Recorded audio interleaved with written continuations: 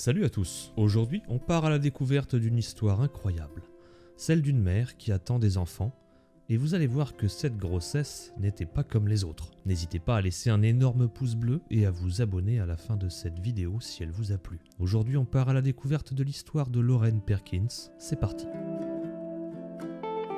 Lorraine était une femme comblée, elle avait un mari, des amis, un travail qu'elle adorait, mais il lui manquait quelque chose dont elle rêvait depuis longtemps, des enfants. Après plusieurs années à essayer de tomber enceinte, elle commença à se décourager et envisager la solution ultime qu'elle redoutait, l'insémination artificielle.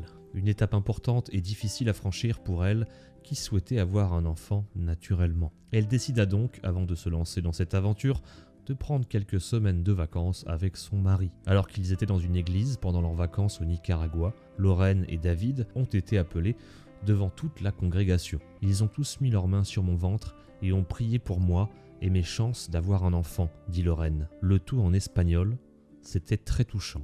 Après quelques semaines, ils décidèrent de rentrer chez eux.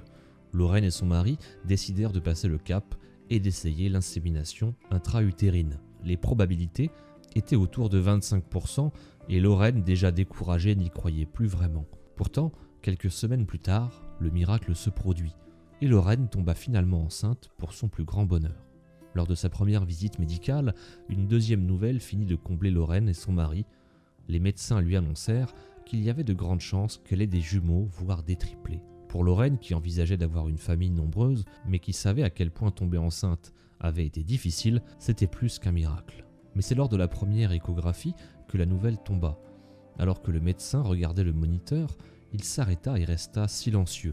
Lorraine lui demanda alors ce qui n'allait pas. Le médecin se tourna alors vers eux et leur dit « Je n'en ai compté que 5 ». Il attendit quelques instants puis enchaîna « Attendez, j'en vois un autre. Ce sera donc des sextuplés. 6 bébés d'un coup ». Imaginez la réaction de Lorraine et son mari. Derrière cette nouvelle se cachait tout de même un gros problème. En effet, l'utérus ne peut accueillir autant de bébés sans mettre la vie d'un ou de plusieurs bébés en grave danger. Même si ça peut paraître horrible, il a fallu demander à Lorraine de faire un choix.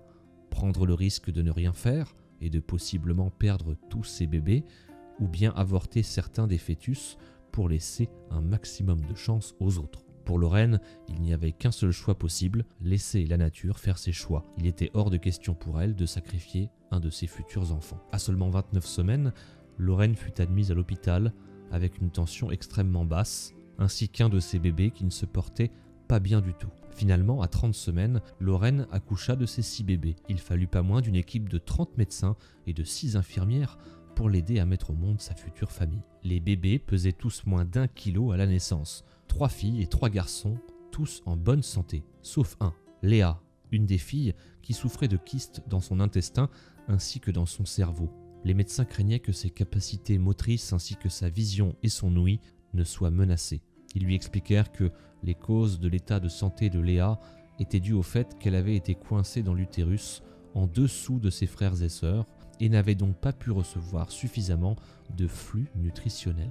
Malgré ça, Lorraine garda la tête froide et avec son mari, ils s'organisèrent afin de pouvoir rentrer chez eux. Après presque 6 mois, à la suite de l'accouchement, toute la famille put enfin être réunie dans leur maison et dans l'intimité. Les premiers mois furent très éprouvants. Nous avions peur que l'un d'entre eux tombe malade ou cesse de respirer, expliqua Lorraine. Fort heureusement, les mois passèrent et les bébés grandirent sans aucun problème. Cela a changé notre vie, déclara Lorraine. Nous avons dû changer toutes nos habitudes, notre façon de fonctionner et de vivre. Heureusement, nous avons reçu énormément d'aide de nos amis, de nos voisins et de notre famille, que ce soit pour la garde, les vêtements, la nourriture, et bien sûr, je ne remercierai jamais assez mon médecin et son équipe sans qui rien n'aurait été possible, déclara Lorraine. Aujourd'hui, cela fait bientôt 8 ans que l'accouchement a eu lieu et la petite famille grandit toujours, entourée de leurs parents, leurs amis et peut-être aussi de quelqu'un d'autre qui continue à veiller sur eux. Si cette vidéo vous a plu et que vous souhaitez voir un deuxième épisode, n'hésitez pas à laisser un pouce bleu et à vous abonner. Merci.